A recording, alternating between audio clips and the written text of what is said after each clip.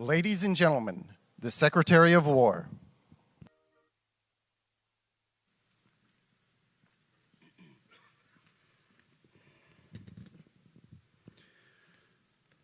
Well, you've heard from me, so now it's the main event, our Commander-in-Chief. I have the privilege every single day of watching him put America first, of ensuring that our warfighters have everything they need. His compass is clear.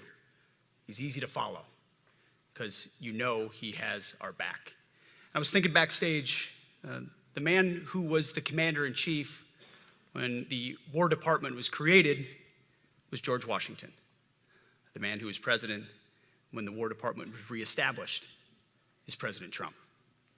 And when he found out about this gathering of senior leaders, he said, I would be honored to come in order to address and thank the incredible Americans who defend our nation. He has a heart full of gratitude and love for what you do, and we get a chance to see it every day. And I'm honored that this morning you all firsthand get to see it as well. So ladies and gentlemen, join me in welcoming the 45th and 47th President of the United States, our Commander-in-Chief, Donald J. Trump.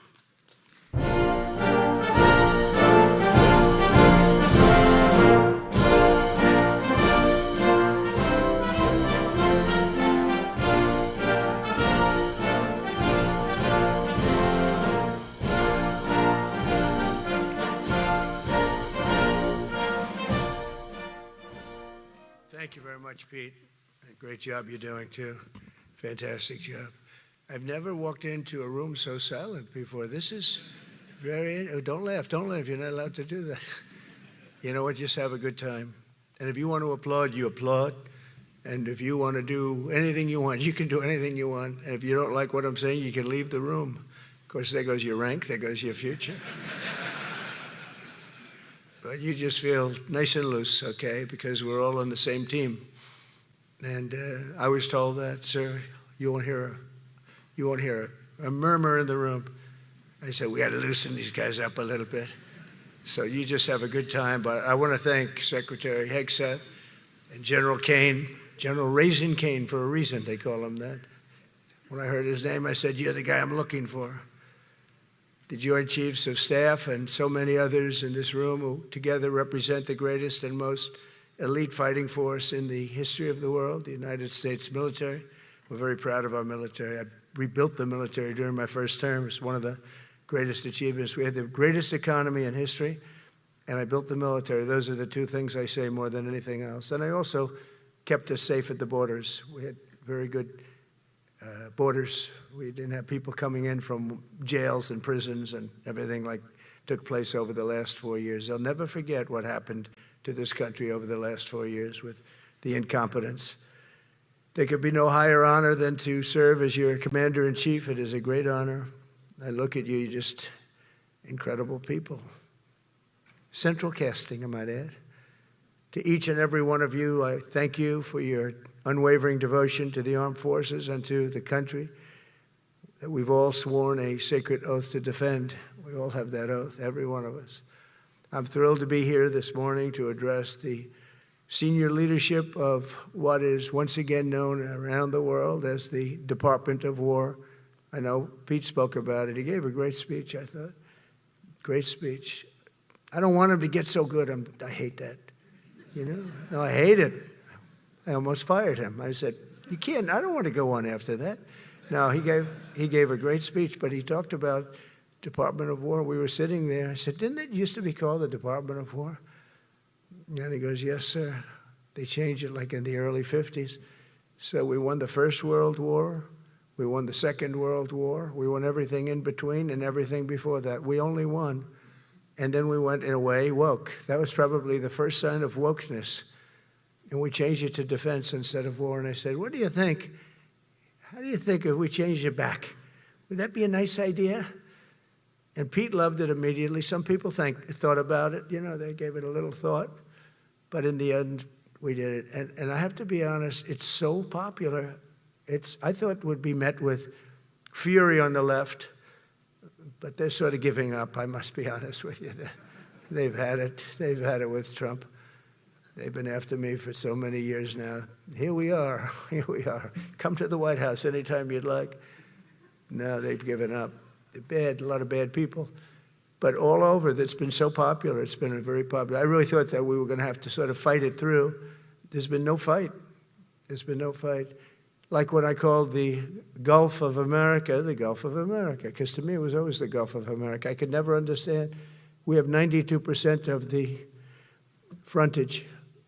And for years, actually 350 years, they were there before us. It was called the Gulf of Mexico. I just had this idea. I'm looking at a map. I'm saying, we have most of the frontage. Why is it Gulf of Mexico? Why isn't it the Gulf of America? And I made the change, and it went smoothly. I mean, we had a couple of fake news outlets that refused to make the change. And then one of them, AP, took us to court, and we won. And the judge, who was a somewhat liberal judge, said, the name is the Gulf of America, because AP refused to call it the Gulf of America. They wrote, they're not a good outfit, by the way. They call it the Gulf of Mexico. I said, no, the Gulf of America is the name. And the judge actually said that, in fact, you can't even go into the room because what you're doing is not appropriate. The name is the Gulf of America. Google Maps changed the name. Everybody did, but AP wouldn't, and then we won in court. How about that? Isn't that so cool? The Secretary Hegseth beautifully described the name change reflects far more than the shift in branding. It's really a historic reassertion of our purpose and our identity and our pride. That's when we go with the word war. And you know, we want war because we want to have no wars, but you have to be there, and you know, sometimes you have to do it. I have settled so many wars since we're here. We're here almost 9 months, and I've settled 7, and yesterday we might have settled the biggest of them all, although I don't know. Pakistan, India was very big. Both nuclear powers, I settled that. But yesterday could be the settlement in the Middle East. That hasn't happened for 3,000 years. I said, how long have you been fighting? 3,000 years, sir. That's a long time.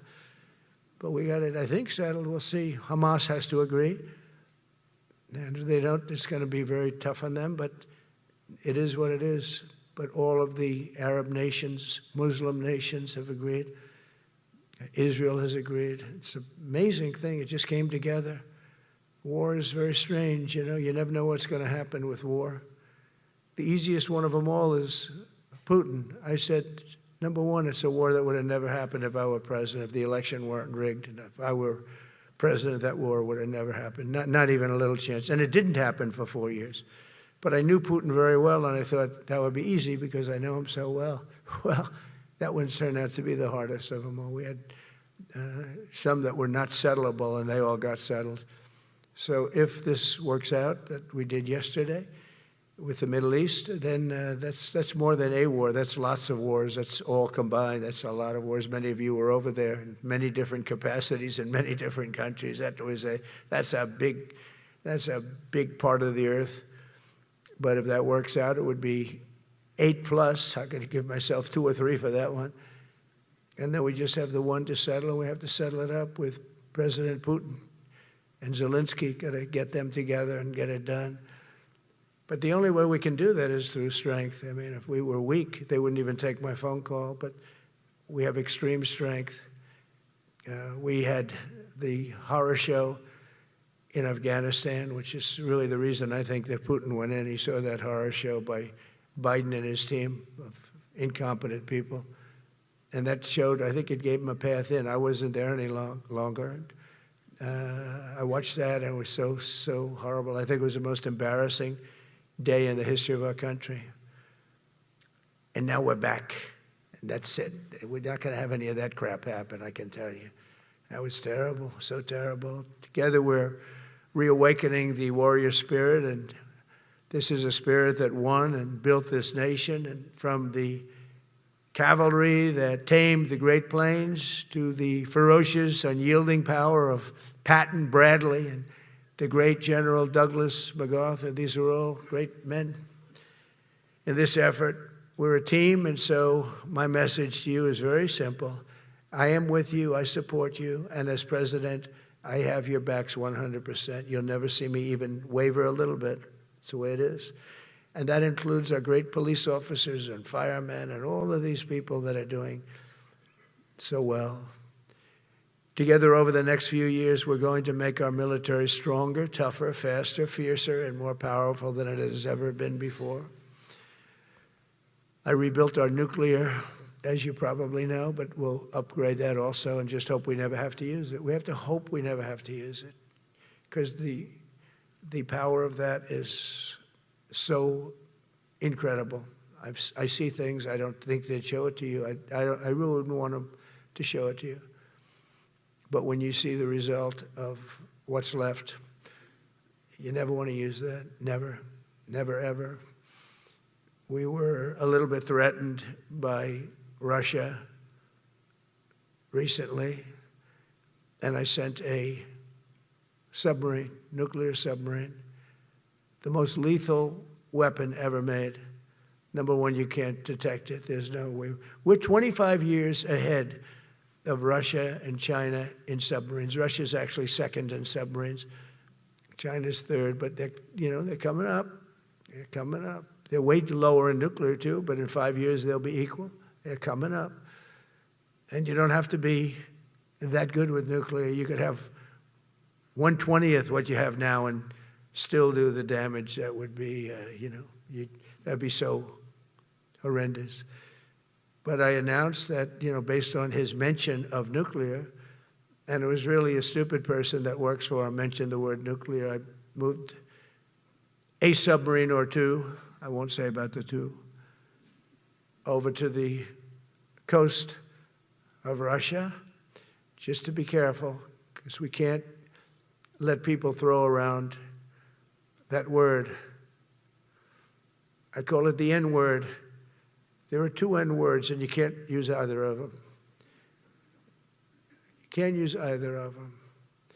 And frankly, if it does get to use, we have more than anybody else. We have better, we have newer, but it's something we don't ever want to even have to think about. But when somebody mentions it, that submarine started immediately thereafter. And it's just lurking, but I'm sure we're not going to have to use it. But it's an amazing, it's undetectable, totally. Ours is, theirs isn't. Theirs are totally detectable. We can detect them easily. We go right to the spot. But we have genius apparatus that doesn't allow detection. It doesn't allow detection at all by anybody above water or below water. It's incredible. We're way ahead of everybody in that and other things. As a result of the exciting renewal of the spirit of our armed forces, and that's what it is. It's really reaching that spirit, unprecedented heights. Over the past 8 months, new enlistments, I'm so proud of this, have surged to record highs, the highest we've ever had. And we used to have recruiting shortages. If you remember, about a year and a half ago, I was at the beginning stage of a campaign, and things came out that you couldn't get people to join the armed forces. And by the way, the police also. Fire department, I always put the fire department in because they're great.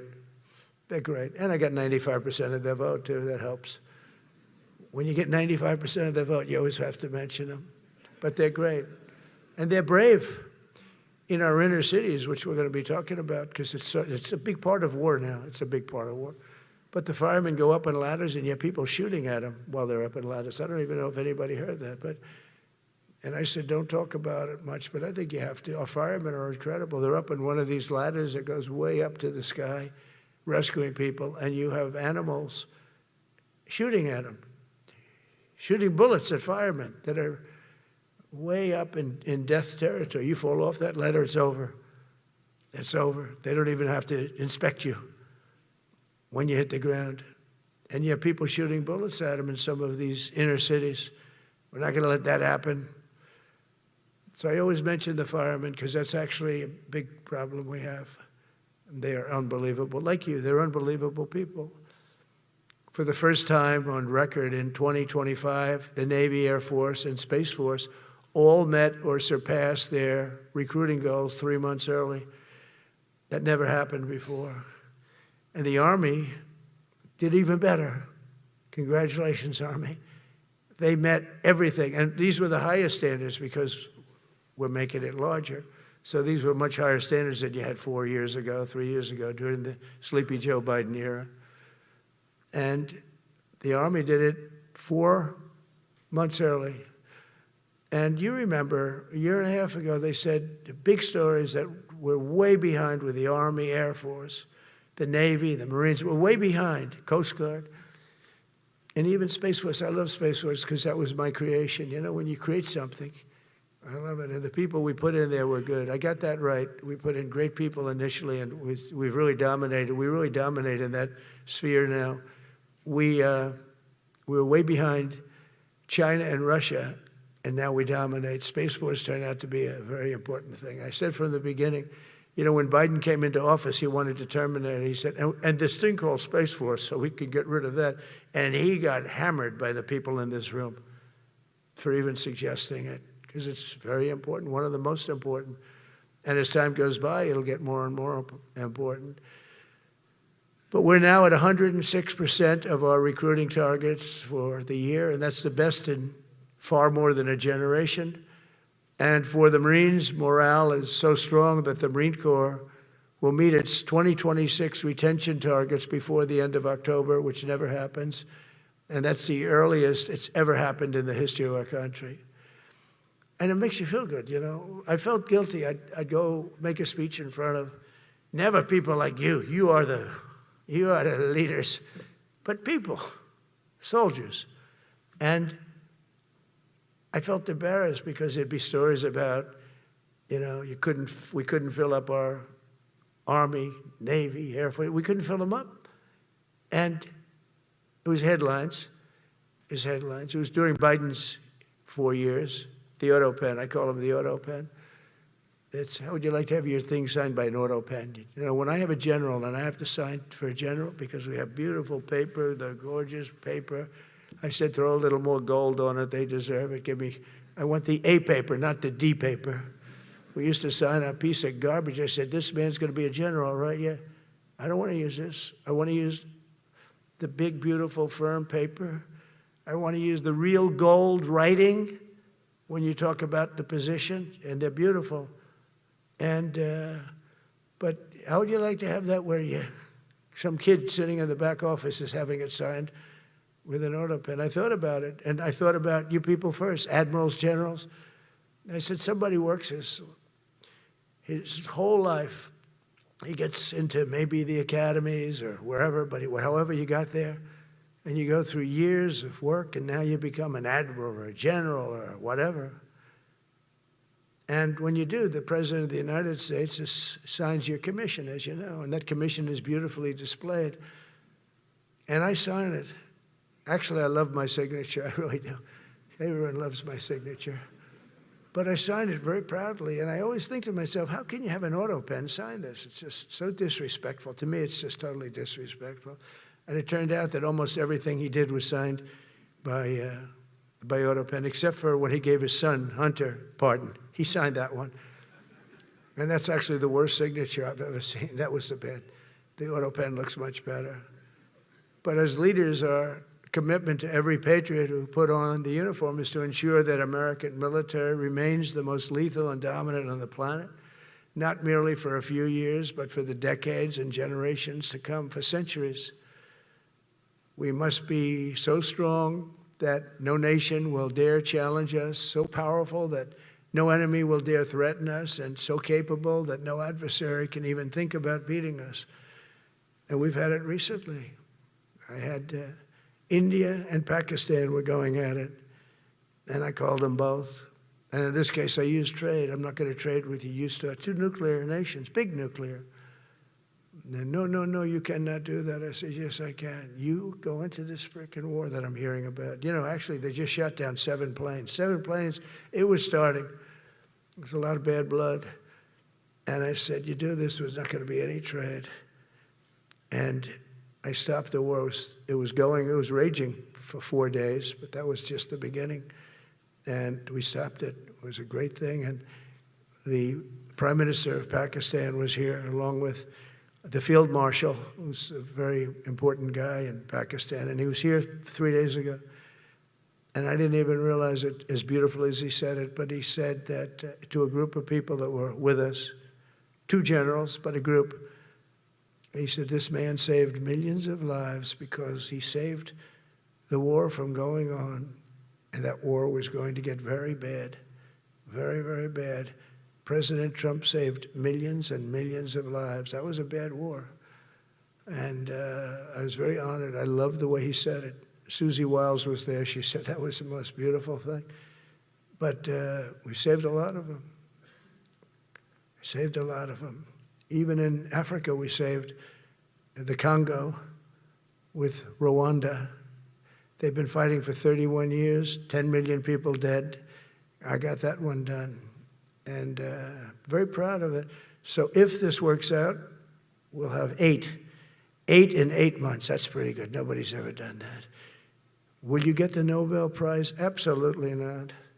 They'll give it to some guy that didn't do a damn thing. They'll give it to a guy that wrote a book about the mind of Donald Trump and what it took to solve the wars. And he'll get the Nobel Prize will go to a writer.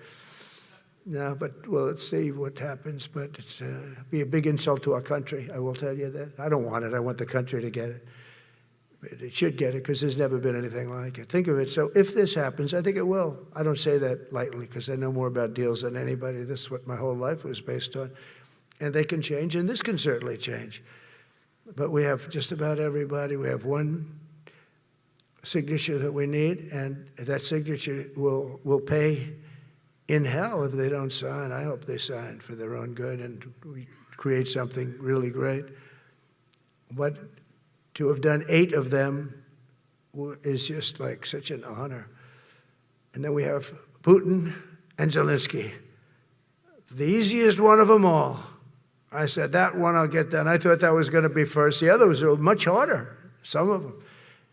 Azerbaijan this was going on for 36 years. They said, it's not solvable, sir. You don't do it. I said, I will do it. I will do it. And I got on the phone with the 2 countries. They were great. They were great. I knew immediately. I knew as soon as I started talking to them, we're going to solve that war. We did. Now they're so happy. Now they're friends. One said he's been president for 32 years, 22 years. He said, for 22 years, I did nothing but kill his people. They were in the room together at the Oval Office. And they started off spread like this. I have the beautiful Resolute desk. And one was here, and one was here. You couldn't get further away. That's the furthest I've ever seen 2 people in front of me. And as the hour went by, they got closer, closer, closer. And at the end of the hour, we had it done. And they hugged and hugged and hugged. And I said, that's so nice, and you're going to remain friends. And I spoke to them, one of them the other day. He said, no, he's now my friend. But for 22 years, he's been the head of Azerbaijan for 22 years. And the other guy, great guy too, 7. And you know that war, that was a war that was not solvable. He said for 7 years. The other one said for 22 years. All I did was kill his people. That's all I've done. I said, well, we're going to put a stop to that. So we solved that. So it's a great thing. It's a great feeling. You're saving Kosovo and Serbia. You're saving so many lives doing this if you can do it. But our people deserve nothing less than the very best, and we're never going to let them down. And if we can solve wars instead of you having to fight wars, wouldn't that be wonderful, right? Wouldn't that be wonderful? That's why one of the first executive orders I signed upon taking office was to restore the principle of merit. That's the most important word, other than the word tariff. I love tariffs. Most beautiful word. But I'm not allowed to say that anymore. I said tariff is my favorite word. I love the word tariff. We're becoming rich as hell. We have a big case in front of the Supreme Court, but I can't imagine, because this is what other nations have done to us. And we have, great legal grounds, but you still have a case. It would be very bad if something happened. But I said, my favorite word in the English dictionary is the word tariff. And people thought that was strange. And the fake news came over, and they really hit me hard on it. They said, what about love? What about religion? What about God? What about wife, family? I got killed when I said tariff is my favorite word. So I changed it. It's now my 5th favorite word. And I'm okay with that. I'm okay with that. But they hit me hard. But it is. I mean, when you look at, we've taken in trillions of dollars. We're rich again. And there'll never be, when we finish this out, there'll never be any wealth like what we have.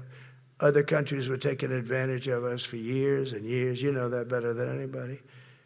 And now we're treating them fairly. But the money coming in is, we've never seen anything like it. The other day, they had $31 billion that they found, $31 billion. So we found $31 billion, and we're not sure from where it came. A gentleman came in, a financial guy. I said, well, what does that mean? He said, we don't know where it came. I said, check the tariff shelf. No, sir, the tariffs haven't started in that sector yet. I said, yes, they have. They started 7 weeks ago. Check it. Comes back 20 minutes later. Sir, you're right. It came from tariffs. 31 billion. That's enough to buy a lot of battleships, Admiral, to use an old term. I think we should maybe start thinking about battleships, by the way. You know, we have a Secretary of the Navy came to me, because I look at the Iowa out in California, and I look at different ships and the old pictures. I used to watch Victory at Sea. I love Victory at Sea. Look at these admirals. It's got to be your all-time in black and white. And I look at those ships. They came with the destroyers alongside of them, and man, nothing was going to stop. They were 20 deep, and they were in a straight line, and there was nothing going to stop them. And we actually talk about, you know, those ships. Some people would say, no, that's old technology. I don't know. I don't think it's old technology when you look at those guns. But it's something we're actually considering, the concept of battleship. Nice 6-inch sides, solid steel, not aluminum that melts if it looks at a missile coming at it. Starts melting as the missile's about 2 miles away. Now, those ships, they don't make them that way anymore, but you look at it, and your secretary likes it, and I'm sort of open to it. And bullets are a lot less expensive than missiles, a lot of reasons. I should take a vote, but I'm afraid to take that vote because I may get voted out on that one. But I tell you, it's something we're seriously considering. There were powers. There were big powers. They were just about as mean and scary as you could be. And so we're looking at that. One of the biggest cases that we won was the decision of the United States Supreme Court to allow us to proceed on the word merit. Merit. So those two words are right up there. So this is, I would say, the opposite of you ask for a definition, the opposite of political correctness. We went through political correct, where you had to have people that were totally unfit to be doing what you're doing for many reasons. I won't get into them. But for many reasons, they were unfit. Now, it's all based on merit.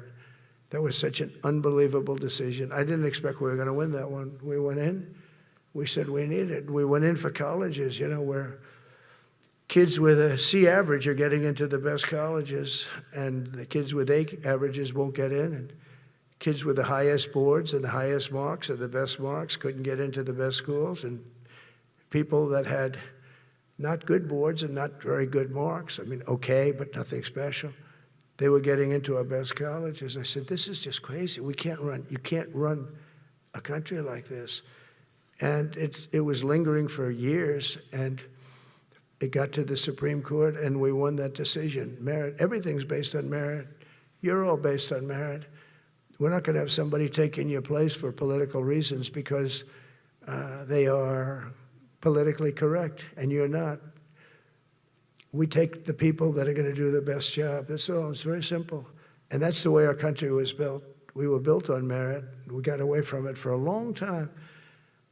And everyone understands it. And it was done. It was approved. I give great credit to the Supreme Court because I thought they had tremendous courage.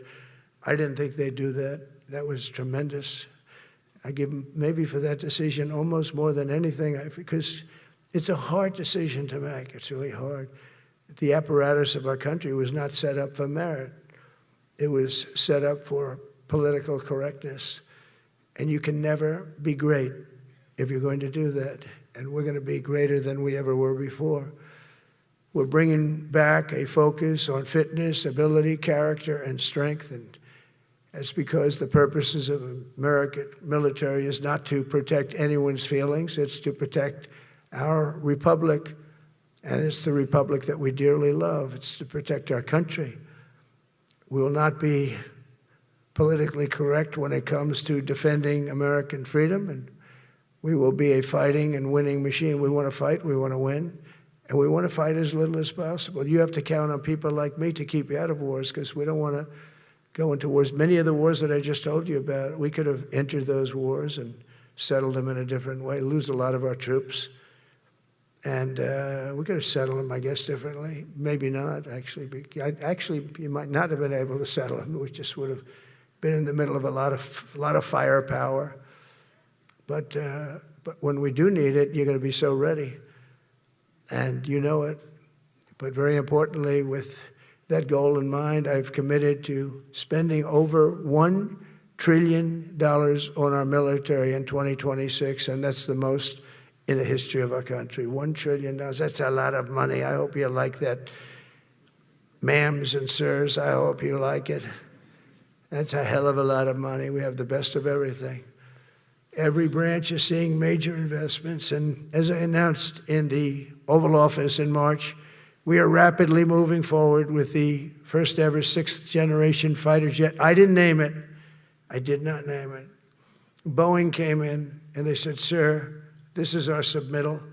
It's the greatest fighting jet ever done. And you know, they're testing all these planes, all the companies are testing, and this one tested like through the roof. And they said, we'd like to name it the F-47. I said, all right, let me think about it. Then after thinking for about 2 seconds, I said, okay. You know, that means 47, I'm 47. So I'm 45, 46, and 47, you know, if you think about it. I just don't want the credit for 46. I don't want to have their open borders and people coming in from all over the world, including jails and mental institutes. I don't want that on my record, but I like having it. We're investing tens of billions of dollars in modernizing our nuclear deterrence capabilities like never before. And we've begun construction on what we call the Golden Dome missile defense shield. It'll be the most sophisticated in the world. You watched it do well until they had some problems at the end with a little bit of a lack of ammunition, defensive ammunition, but they've got that taken care of. But I tell you, it's what we're doing is so good, and we deserve it. You know, we help other countries with it. We don't have it ourselves. And Canada called me a couple of weeks ago. They want to be part of it. To which I said, well, why don't you just join our country? You become 51, become the 51st state, and you get it for free. So I don't know if that made a big impact, but it does make a lot of sense. It actually makes, because they're having a hard time up there in Canada now, because as you know, with tariffs, everyone's coming into our country. We have more investment than we've ever had before, $17 trillion coming in. As an example, in 4 years, Biden didn't have $1 trillion. We have $17 trillion more than that in 8 months coming in. And they're coming in from Canada, Mexico, from Europe, from all over. AI, auto plants. Everybody's coming back to the United States. Under my budget, we will be expanding the U.S. Navy by at least 19 ships next year, including submarines, destroyers, assault ships, and more. And it's going to be much more than that as we go along, because we basically don't build ships anymore. We do build submarines, but we don't build ships. Do you know in the Second World War, they were freighters and different types, but we were doing a ship a day, and now we don't do ships. And I'm not a fan of some of the ships you do. I'm a very aesthetic person, and I don't like some of the ships you're doing aesthetically. They say, oh, it's stealth. I say, that's not stealth. An ugly ship is not necessary in order to say you're stealth. By the way, the B-2 bombers were incredible. That is stealth. They went into that. I was with General Kane and Pete were in the, we call it the war room, but we're watching them go in, and they were totally untouched. They were not seen. They were literally not seen. They dropped their bombs. They hit, every single one of them hit its target. It was total obliteration. CNN, when we came back, fake news CNN, oh, their camera just went off. Look. You know, their camera, every time I mention it, they turn the camera off because it's never good. They say, this is a problem, but I don't blame them. You're better off keeping it off. But they have some scammer reporter who started saying, without any knowledge, that he may not have hit the targets as well as they thought. It may not have been obliteration. He did hit the targets, and they got to give us a little credit, right? It was obliteration, it turned out. The Atomic Energy Commission said it was obliteration. They had, not only did they hit the target, they had these chutes. And think of this here. Way up in the sky, there was no moon, it was dead dark. You couldn't see a thing. You couldn't see them. But they had, I guess, a beam going right into these chutes. Every single one of those bombs went right down those chutes into a granite mountain. I think it's the last time they're going to build air chutes.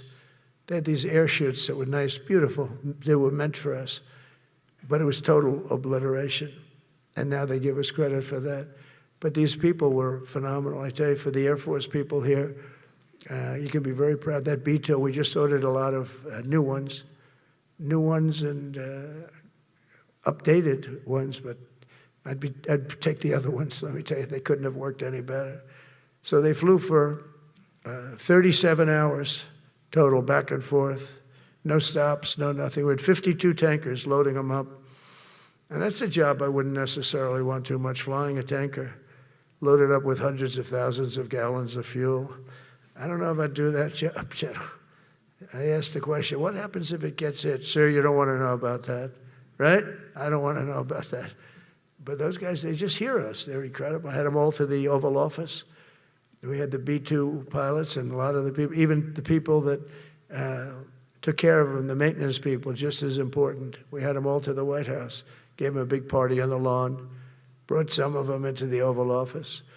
But on top of all this, we'll deliver a hard-earned pay raise of 3.8% to every soldier, sailor, airman, Coast Guardsman, Space Guardman, and Marine, something you weren't getting from the past administration. They did not treat you with respect. They're Democrats. They never do. Not only are we rebuilding our great strength, but for the first time in years, my administration is actually using that strength to defend the core and vital interests of America. And very simply, we are putting America first. And I have since I've been elected. I've always put America first. It's sort of simple, you know, when you think. My campaign was run on common sense, and we did great. We got the highest numbers ever received in terms of districts. You know, they have it broken up, 2,500 versus 525. We won every swing state. We won the popular vote. We won everything. We won everything. You have to take a look at the map. It's almost entirely red, except there's a little blue line on each coast, and I think that's going to disappear too. We did really great, and part of it is because of our success with the military, the rebuilding of the military, the vote that I got from the military, and they're vicious people, you know, that we have to fight, just like you have to fight vicious people. Mine are a different kind of vicious, but they spread all these horrible, you know, they made up statements and said what I said about everything, but even about the military. But fortunately, the military didn't believe it. It's hard. You know, they make up a statement and they said, you say it. We had 25 people that said he never said that. 25. We had 25 affidavits. And they said, well, we're going with it anyway. You know, these sleazebags. And that's why the press is really losing all power, because people aren't believing it. We need an honest press. We need borders. We need borders. We need an honest press. We need fair elections. I mean, those three things. And we don't have an honest press. We have a really corrupt press, but we fight through the corrupt press. And the people understand you have to do this stuff a lot. You have to go on television a lot because you can't get a fair shake if you're going to rely on somebody else. They don't understand. They've destroyed the image of media now is at the lowest point it's ever been. It's lower than Congress. Can you believe that? It's something. But together with many of you in the room, we've brought back the fundamental principle that defending the homeland is the military's first and most important priority. That's what it is. Only in recent decades did politicians somehow come to believe that our job is to police the far reaches of Kenya and Somalia, while America is under invasion from within. We're under invasion from within.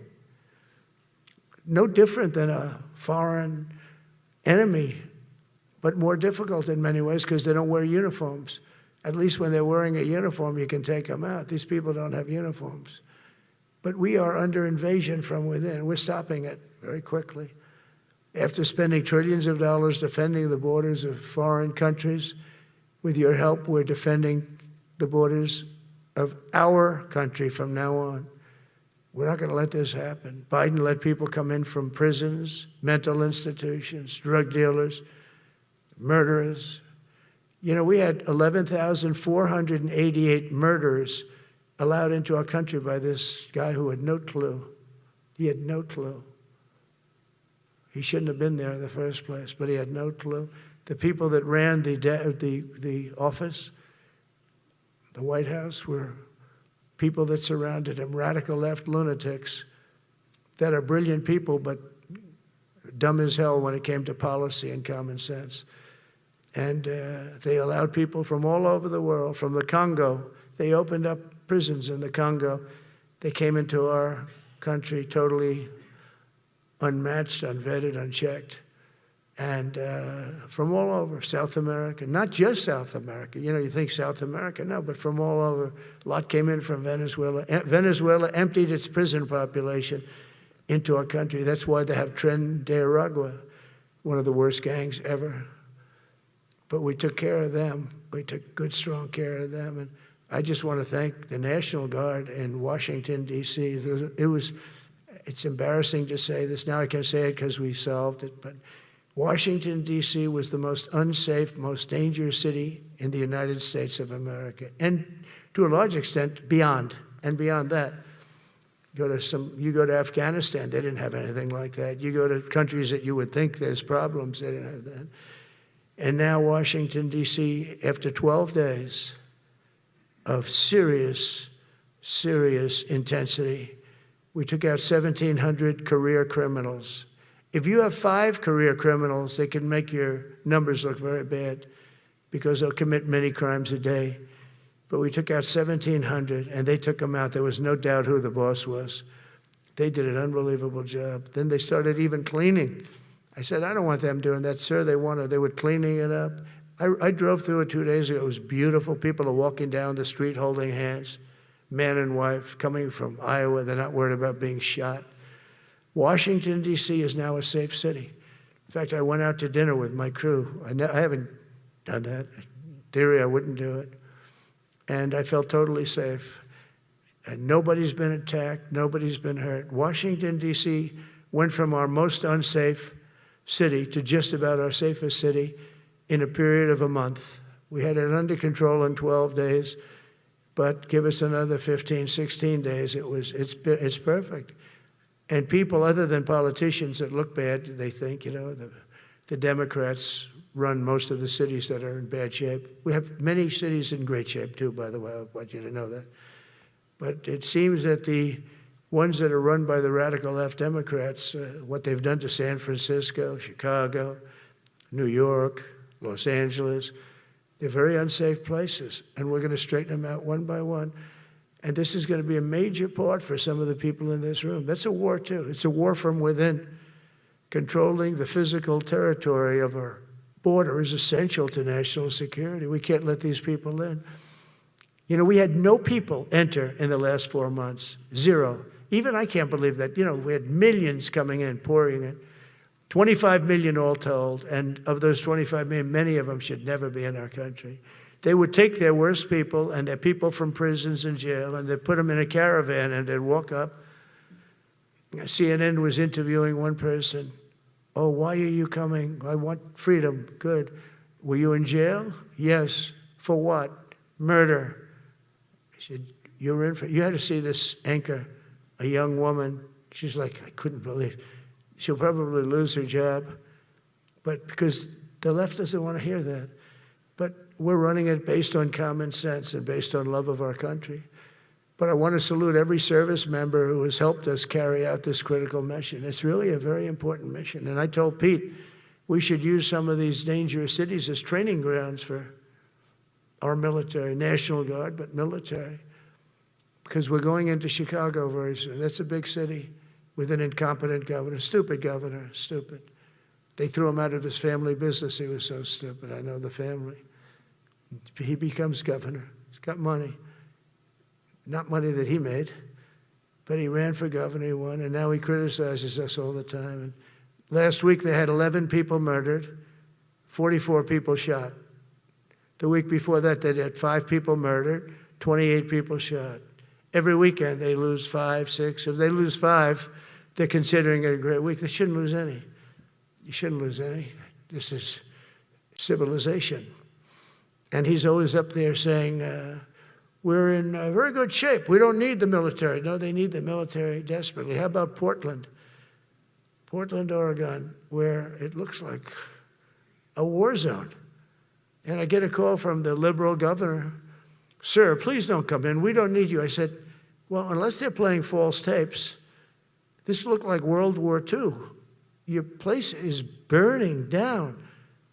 I mean, you must be kidding. Sir, we have it under control. I said, you don't have it under control, Governor, but I'll check it, and I'll call you back. I called her back. I said, this place is a nightmare. It's certainly not the biggest, but it's one of the worst. It's brutal. They go after our ICE people, who are great patriots and tough job too, but they love it. They love it because they're cleaning up our country. And so you look at some of the things where they took over parts of Seattle. They actually took over a big percentage of Seattle. Think of that. You remember that. That was a while ago. And I sent in the troops, and they were gone. As soon as I sent them in, when we send in the troops, if you have a real leader that says you got to do what you have to do, I put that out the other day. You got to do what you got to do because we don't want our people hurt as they stand by. I was watching during Biden, they had troops standing up like this, brave, standing up at attention, the way I should stand all the time. And I'm like this, and people are standing, and their mouth is this far away from their mouth, and they're spitting at them, and they're screaming at them. And that soldier's standing there, he wants to knock the hell out of the person, but he's not allowed to do anything. So they just stand there, and they get abused, and a woman was this far away from his face, and she starts spitting in his face, and he's not allowed to do anything. If it's okay with you, generals and admirals, I've taken that off. I say, they spit, we hit. Is that okay? I think so. They spit, it's a new thing. They spit, we hit. How about the cars, where the cars are coming out? They get brand new cars, Border Patrol, ICE, beautiful, nice new cars. And they're driving along, and they have to go through a gauntlet of rocks being thrown at the car. So here's this beautiful brand new car. By the time it goes 100 yards, it's destroyed. These guys have pretty good arms, some of them. And they're throwing bricks at full force into the window and into the car. It looks like it's a war zone. And I said, never let that happen again. From now on, if that ever happens, and I say it here, you get out of that car and you can do whatever the hell you want to do. Because those people are, you can die from that. Those bricks go through the windows, you can die. They'd like it to. They'd like it to go through the window. But this was a couple of months ago. They just kept driving, and bricks are hitting the car. And I said, why aren't they stopping? Because they were under orders from the past administration, never stop. But that's different with us. We stop. And since I gave that order, we haven't had that problem. It's very interesting. It's amazing. It's just like in Venezuela. You've seen the boats going. We can't find any more boats. They're carrying drugs, massive. Every boat kills about 25,000 people. That's what they have. They had fentanyl mostly and a lot of other drugs. And we take them out, and we've taken out 4. And it's on air. Everybody gets to see it. Not that we like to do that, but every boat kills 25,000 on average, 20. Some people say more. You see these boats, they're stacked up with bags of white powder. That's mostly fentanyl and other drugs too. And now we have a problem. General Kane says, sir, there are no boats out there. Not even fishing boats. They don't want to go fishing. I don't blame them. There'll be no fishing today. But it's amazing what strength will do, because all we want to do is stop drugs from flowing into our country. It's destroying. We lost 300,000 people died last year. Everybody knows, friends, many friends probably, that you lost a child or adults too, but you lost a son or daughter because of what's coming into our border. And we're making it very hard. Oh, and we haven't even started yet. Last month I signed an executive order to provide training for quick reaction force that can help quell civil disturbances. And this is going to be a big thing for the people in this room because it's the enemy from within, and we have to handle it before it gets out of control. It won't get out of control. Once you're involved at all, they all joke. They say, oh, this is not good. You saw it in Washington. We had gangs of Tren de Aragua with 10, 12, 15 kids. And these military guys walk up to them, and they treat them with disrespect, and they just got pounded. They just got pounded. The gang just pounded. Then thrown into paddy wagons and taken back to their country. Some are so dangerous we don't want to even do that because we don't want to, some of stone cold murderers, we don't have the confidence. Even though they're not coming back very easily, we don't have the confidence. We put them in jails. But these service members are following in a great and storied military tradition, from protecting frontier communities to chasing outlaws and bandits in the Wild West. And our history is filled with military heroes who took on all enemies, foreign and domestic. You know that phrase very well. That's what the oath says, foreign and domestic. Well, we also have domestic. George Washington, Abraham Lincoln, Grover Cleveland, George Bush, and others all used the armed forces to keep domestic order and peace. Many of our leaders used the military to keep peace. Now they like to say, oh, you're not allowed to use the military. And you know what the people say? The people in those cities where they're being raped and shot and beat up, you know what they say? We love the military. You ever see where they interview the people on the street? I've never seen somebody say they don't, unless they're radical and paid off, because a lot of these insurrectionists are paid by, whether it's Soros or other people, but they're paid by the radical left. So today I want to thank every service member from general to private who has bravely helped us secure the nation's capital and make America safe for the American people. It's amazing. The whole world is watching. Everybody in the White House, they come up to me, young women, sir, thank you. I know immediately what they thank you. They don't have to say it. They walk to work now to the White House. We haven't had a crime in Washington in so long because we got the careers. We call them the careers. We got these lunatics out, and they'll never be any good. You know, I hate to tell this to the liberal media. You could spend time with them. You could do whatever you want. You could send them to the finest schools, which they couldn't get into anyway, mentally. They couldn't get in, but no matter what you do, they'll never be good. They're bad. They're career criminals. I don't know, maybe they were born that way. Some people don't like me to say that, but maybe they were. Certainly some were. Together with the leaders here today, we're also restoring a needed focus on defeating threats in the Western Hemisphere. Throughout this region, cartel terrorists have been allowed to wage a relentless campaign of death and destruction on our country, all because we had weak leadership on top. And we did a great job with it first term, but this is something else what we're doing now. We're taking it to the next level, probably next level times 3. But we had COVID come up, and we had to take care of that. We did a great job with COVID. We had the therapeutics. It's just Regeneron, so many things we did for COVID, but we had to focus on that, and every other country in the world was being decimated by COVID. So we had to change gear a little bit to take care of that.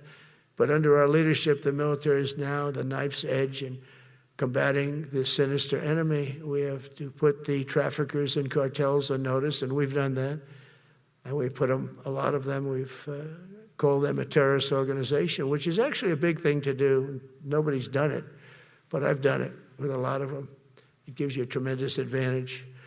If you try to poison our people, we will blow you out of existence, because that's the only language they really understand. That's why you don't see any more boats on the ocean. You don't see any boats. Around Venezuela, there's nothing.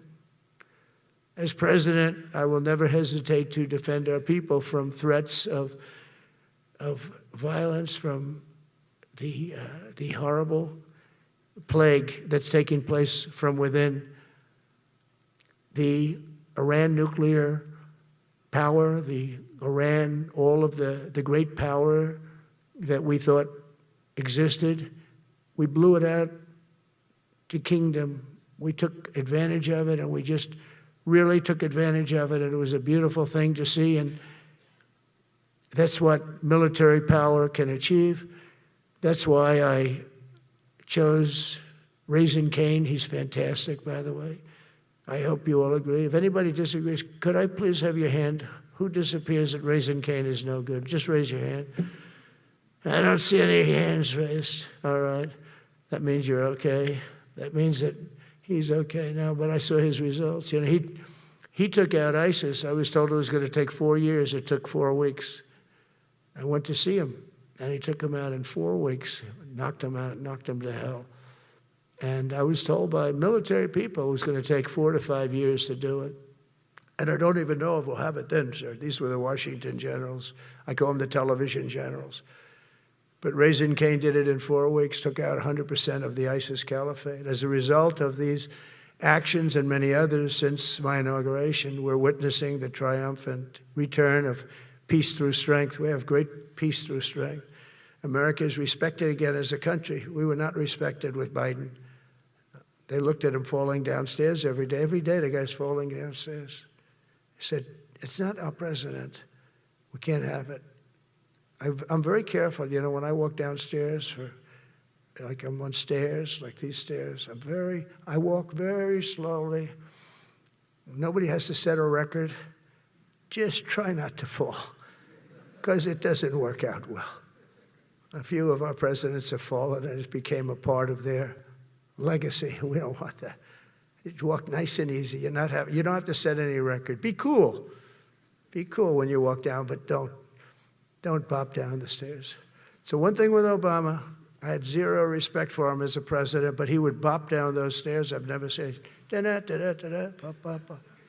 He'd go down the stairs, wouldn't hold on. I said, it's great. I don't want to do it. I guess I could do it. But eventually, bad things are going to happen, and it only takes once. But he did a lousy job as president. A year ago, we were a dead country. We were dead. This country was going to hell. We were dead in every way, from immigration to military. We didn't have the weapons. We were given everything to Ukraine. We had nothing. And by the way, I have to tell you, now, as you know, I went over and I met with NATO, and NATO raised from 2 to 5, which everyone said 5% of GDP. Millions and now trillions of dollars are pouring in. They didn't pay the 2% because they know we were there to pay it. And now they paid the 5%. That's trillions of dollars. And we're not spending any money on that war, not 10 cents. We sell our equipment to NATO. NATO pays us for the equipment, and they give it to Ukraine or whoever they give it to. They can keep it, but we're not involved. We have no money going out.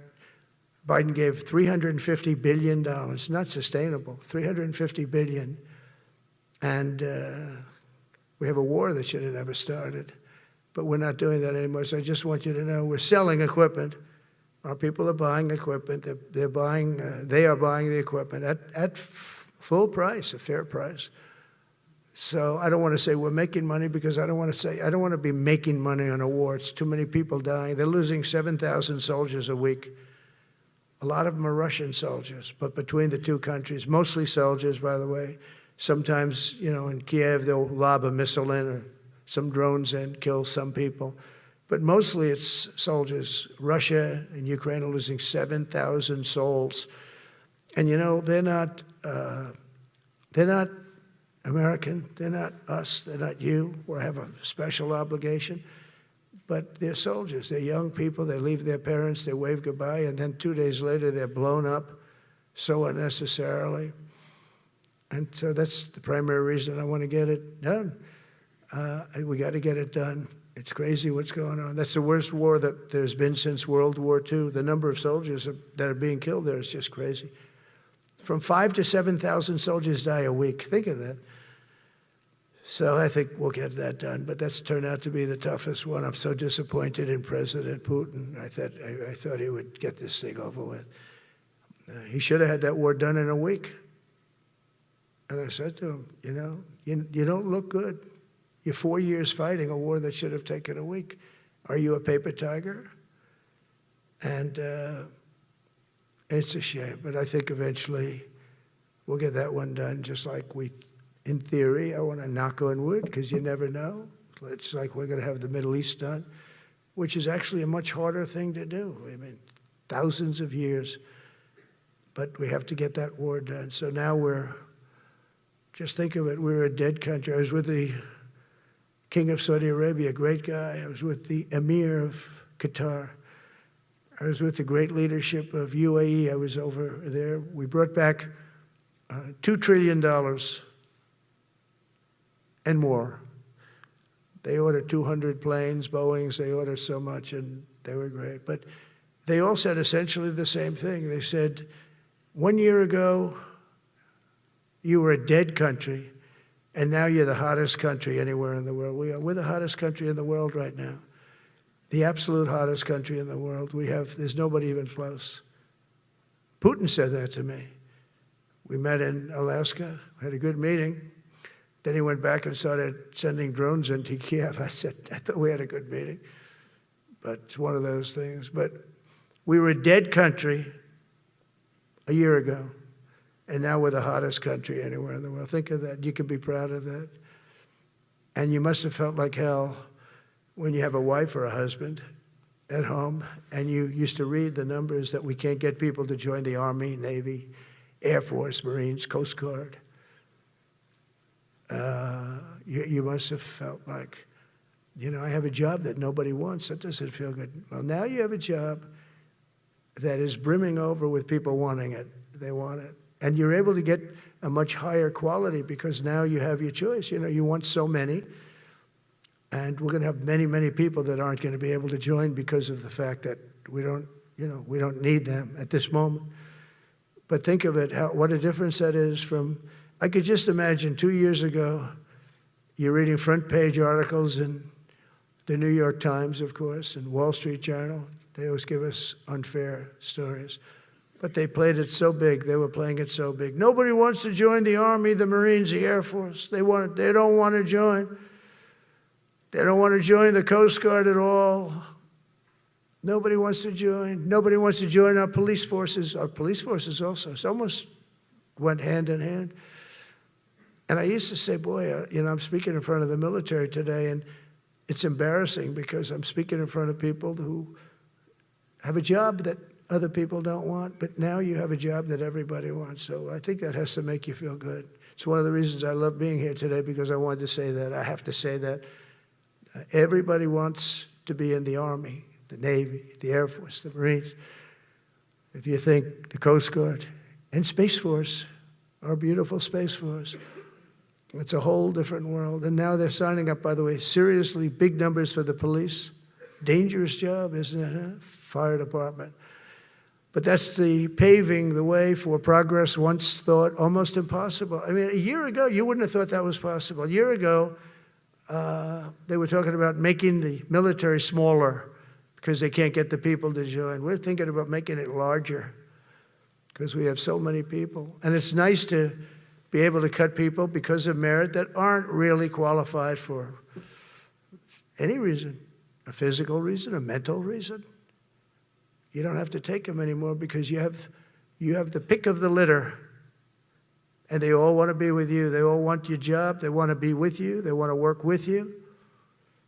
They'll even take your job, Got to be a little bit sharp. You got to watch it. But everybody wants to be doing what you're doing now. What a difference when I speak to you, and I can say that as opposed to a couple of years ago when I was talking to rooms where they were desperate to get people and they couldn't get them. What a difference a presidential election can make. That's all it is. It's just a presidential election. Yesterday at the White House, we put forward a plan for peace in Gaza. We announced it, and we're going to create something that was my idea, but unfortunately I got drafted. It's going to be called the Board of Peace, and it's going to reign over that territory, and we're going to get that done. And they asked if I'd be the chairman of the Board of Peace. I wasn't counting on that. I had the idea for the Board of Peace. But I said yes, and I guess because of that, every leader, everybody wants to be on the board of peace. And we're going to watch over that very volatile part of the world and keep it non-volatile so you don't have to get involved. We want to save you for other things or save you for nothing from that standpoint. We don't want you fighting wars, but if you have to, you're the most lethal fighting force in the world. And I would say that even 2-3 years ago, but now I say it with great enthusiasm. It's so true. And we're striving tirelessly to end the terrible war in Ukraine. And as you know, we're also working hard to get the allies to share more of the burden of our defense. Much of that has really already taken place. But all NATO members have committed to the increase that I talked about. Think of that. That was unthinkable.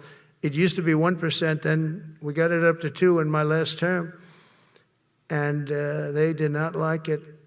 And now I got it to 5%, and I get along great with all of them. In fact, they call me the president of NATO. I said, I don't think so. But they're great. They're great people, and they're spending a lot of money, and a lot of money that they should have been spending in the past. But I think Putin was a wake-up call for them, really. We're now selling large quantities of American-made weapons to NATO, and we're getting really fair pricing. We're making a lot of money. It's my hope that from Europe to Asia to the Middle East, our allies will make similar commitments to increase their military capabilities. And this will greatly strengthen our alliances, and also it'll make war far less likely. You know, if you're a strong presence like we are such a strong presence now. And I go around bragging about that. I've said, we have the strongest military anywhere in the world. I say it. You never heard Biden say that. You never heard him say anything. But you never heard him say, did you ever hear him say, we have the strongest military? He doesn't say that. I say it. We have the strongest military anywhere in the world. We have great leadership. And I'll tell you, Pete and General Kane, all of the people that I've met that have been lifted up in rank. And we got many of them out of here, too. I'll be honest with you. Didn't like doing it, but we got many of you out of here because we weren't satisfied. We know everything about everybody.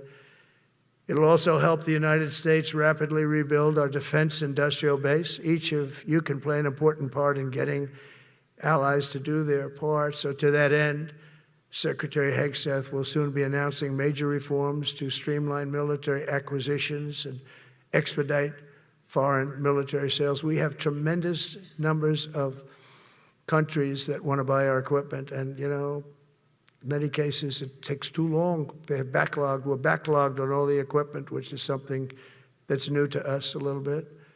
And I told those companies, you better get your ass going, because we're selling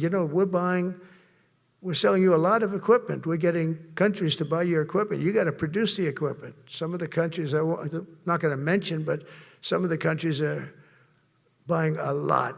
And that's a good thing. They're on our side 95%. I'll never say 100% because it can always turn, right? You know about that. But they're on our side. The problem is we have to get the companies that make this equipment, and we make the best equipment in the world, but they got to make it faster. We have orders for the F-35. We have orders for everything. The new F-47. We have orders for everything. They got to make it faster, a lot faster. Ammunition they have to make faster. In the coming months, we'll be making even more historic announcements to fully embrace the identity of the Department of War. I love the name. I think it's so great. I think it stops wars. The Department of War is going to stop wars. If we are as ruthless and relentless as our enemies, the United States Armed Forces will be totally unmatched in the future. We have a group of enemies that are very ruthless and very smart, but they can't match us. They can't match us. They don't even come close to matching us. Again, you know, it's very important for me to say we are the greatest military in the world, but we make the best equipment in the world. I watched our anti-missile missiles. I watched our Patriots just knock things out like a needle, hitting another needle on the stage. There's a needle up there, and you send another needle up, and it hits it every time. During the war, we went 14 for 14. We had 14, this is with Iran, we had 14 missiles coming at us. All 14 were knocked out of the sky, every one of them. We make the best equipment. From Sparta to Rome, to the British Empire, to the United States of America, history has shown that military supremacy has never been simply a matter of money or manpower. At the end of the day, it is the culture, spirit of our military that truly sets us apart from any other nation. Our ultimate strength will always come from the fierce people and those brilliant people with such pride and the unbending will and the traditions of excellence that have made us the most unstoppable force ever to walk the face of the earth. And that's what we are. Remember, we never want to use it, but we have the most powerful nuclear capability, and I call it nuclear deterrent of any other country. Nobody close.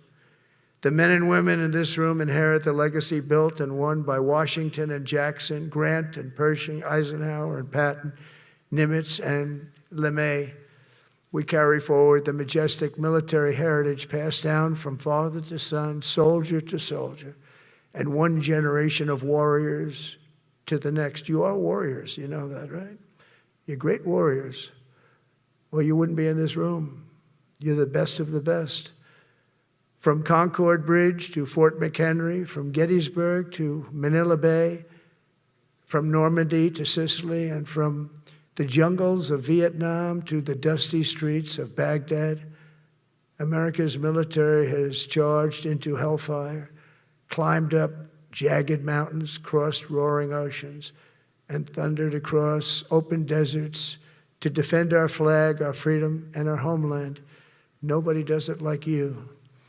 Now we are discovering American muscle, reasserting American might, and beginning the next story chapter in American military legends and lore. That's L-O-R-E.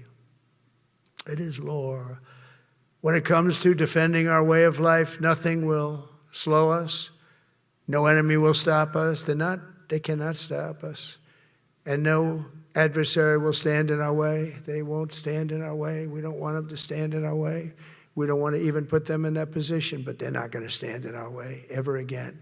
You'll never see 4 years like we had with Biden and that group of incompetent people that ran this country that should have never been there. Because we are the United States military, the best, the boldest, the bravest that the world has ever seen, that the world has ever known.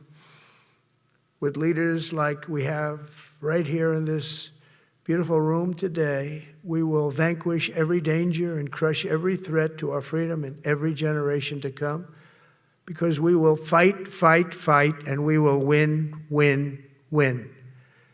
I want to just thank you once again, and God bless the United States military, and God bless America. God bless you all. Thank you very much. Thank you.